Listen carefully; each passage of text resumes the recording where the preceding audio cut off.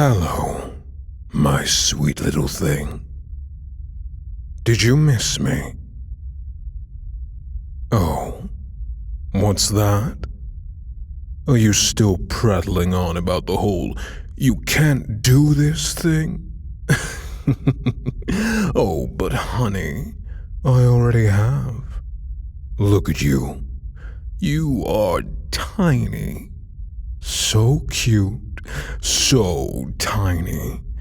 Locked up in a pretty cage, just waiting for your owner to return home from college. Come now, surely you don't miss college. It's not really a fun place for losers like you. You know, the socially limited sort. Yeah, I don't think you enjoyed it very much there. Well, guess what? You don't have to worry about that sort of thing ever again, alright?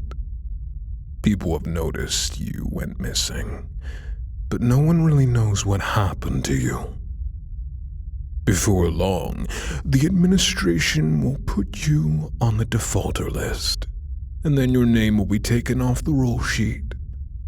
I'm sure they will feel bad about doing that, but what else can they do when somebody doesn't show up for months, doesn't pay tuition?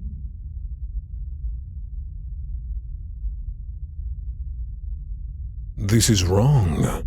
Oh, sure, honey. We can call it that if you like. I personally see it as an act of kindness. To be honest, the stresses of everyday life, writing assignments, passing tests, getting a job, keeping a job, those no longer concern you. All you need to do now is to be a good pet for me. My very own talking teddy bear. Daddy will take care of everything else, okay?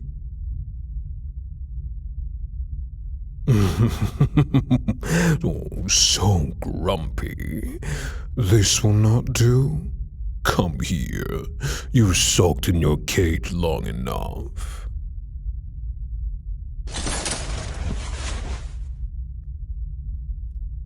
Really? You thought you could avoid me by just jumping around? Silly thing. You fit so perfectly in my grip, I can just lift you like a toy. Because that is what you are.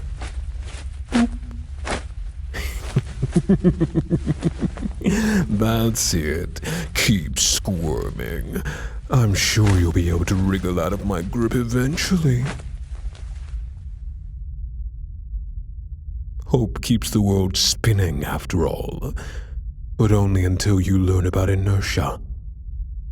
Do you know what inertia is, baby?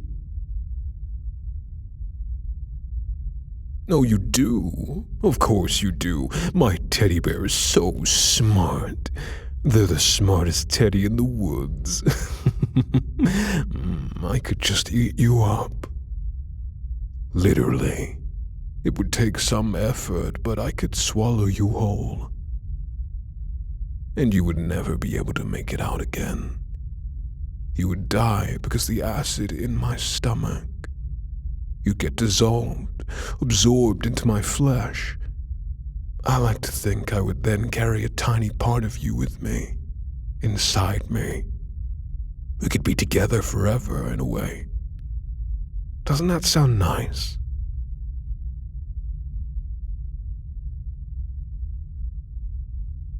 It does sound nice, but that's how crazy men talk. I'm not crazy. I wouldn't do that to you. I prefer you like this, safe and undissolved. So just remember that, okay? How sane and normal I am. Oh, honey, you look scared. Did I scare you? Oh, come on. Come here. Let me hold you close. I'm so sorry. I didn't mean to be so, well, Mean. It was only a little joke. Just a teeny tiny little joke. Kinda dark. But just a joke.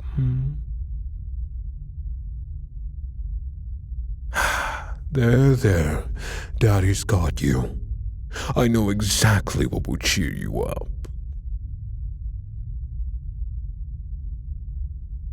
The conversation of angular momentum, of course. That's what we were talking about, The whole inertia thing. Why don't I tell you a bit about it? It is quite literally what keeps the Earth spinning. So, you read about Newton's first law of motion in school, right?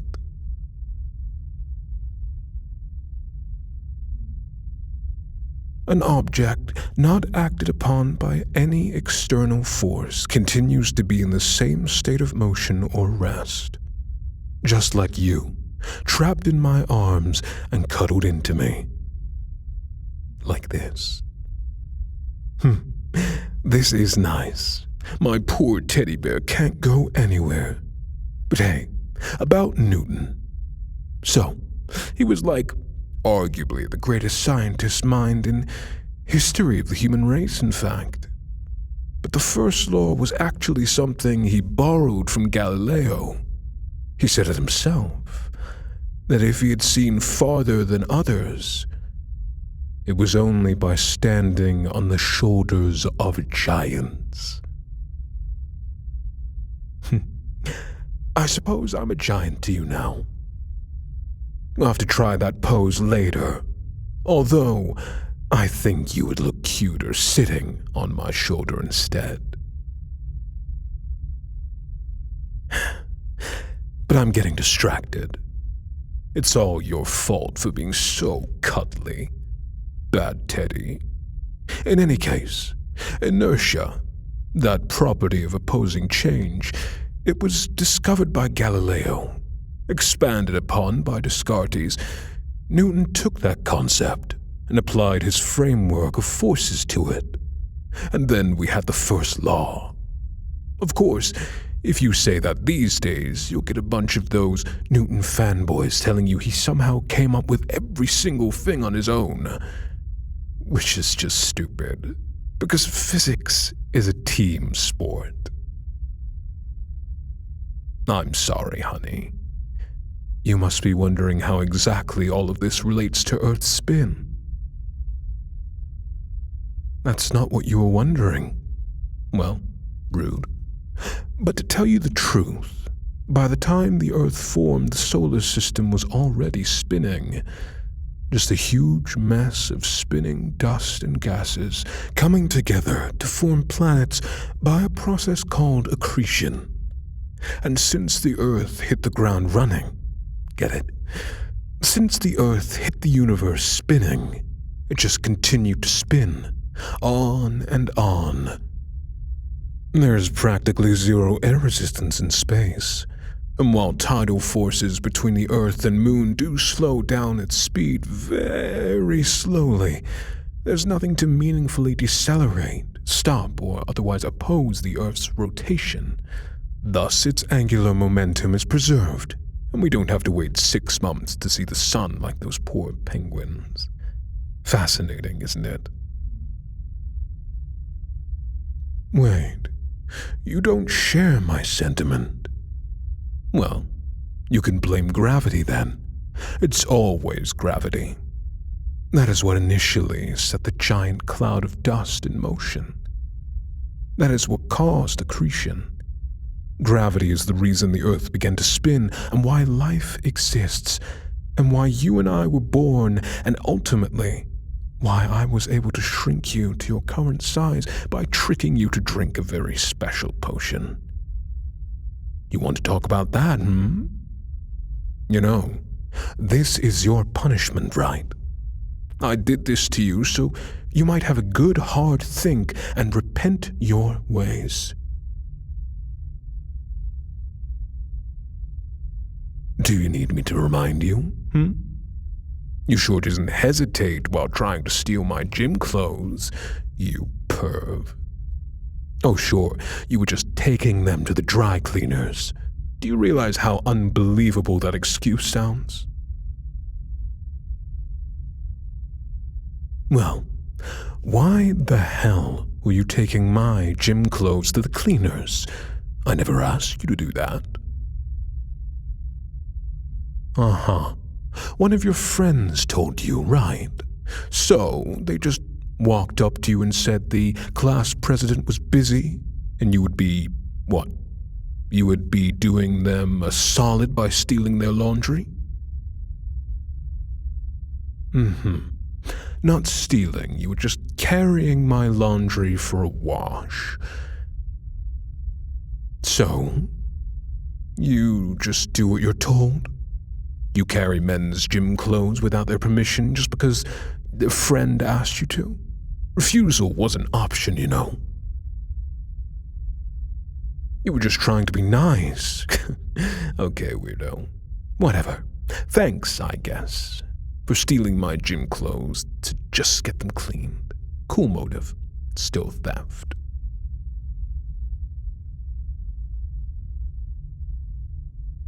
You brought this on yourself. The shrinking potion is reversible, but I'm not giving you the antidote. Not for a long time. Not until I have fully corrected you. Of course, I'd be willing to correct you, love. I'm the class president. I just have this natural desire to help poor souls like you when I can. Sure, honey, you don't need help. That's what everyone says at first. Would it make you feel better if I said this is also going to help others? Oh yes, I do think I'm doing this for others for a favor by stopping a weirdo from stealing their gym clothes. Don't worry, once I'm done with you, you'll be nothing but perfectly respectable and well-behaved. There you go again, trying to lecture me on the morality of this. You know, I can't take you seriously when you sound like that, right? You have such a tiny, high-pitched voice right now. Like a stuffed animal or a talking helium balloon. I know how to shut you up. You see, I have this very dark purple lipstick, right? Well, guess what, Pat? I need a lipstick remover. Don't judge me. It's just my taste.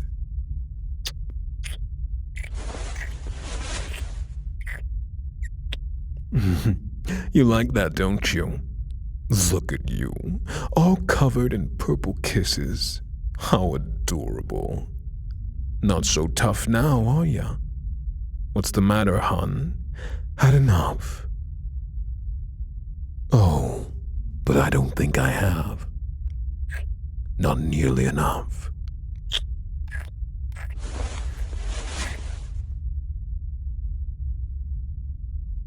There. That's so much better. Now anyone who sees you will know you're mine. Not that anyone will see you. No. I live alone and I don't have any family in the area. You are always mine for the taking. I had a crush on you for the longest time, you know. Yeah, it's true.